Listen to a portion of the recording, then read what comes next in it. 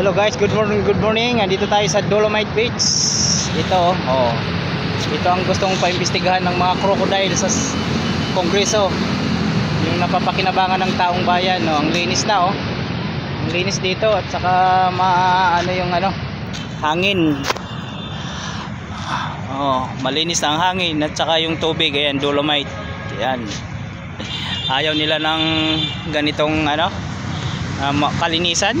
Dati ang dito, ang baho, ang dumi pa. Ito ang gusto nilang paimbestigahan. Hindi yung mga flood control.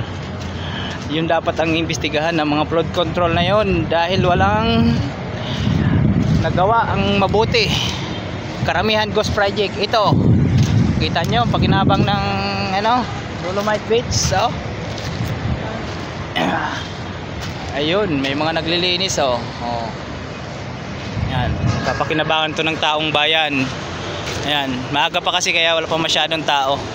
Ayan, tsaka Friday ngayon. Ayan, tuwan-tuwa yung mga ibon, yan, linis ang dagat, yan.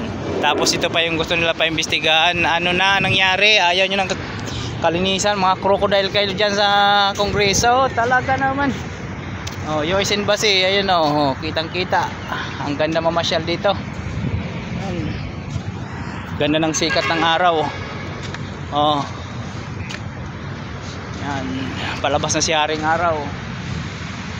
Yan. Ito dapat ang panatilihin. Pero marami namang naglilinis. Ayun, marami naglilinis. Pinapanatili yung kalinisan ng Dolomite Beach. Saka yung dagat, dati hindi kami makapunta rito kasi puno ng dumi, basura. Ayun ang Mall of Asia doon banda. Dito yung napapuntang Nabutas. Okay. Anong masasabi niyo mga kabayan sa mga nagsasabi dyan na hindi maganda yung Dolomite Beach? Walang maidudulot na maganda? Ito ba? Talaga naman.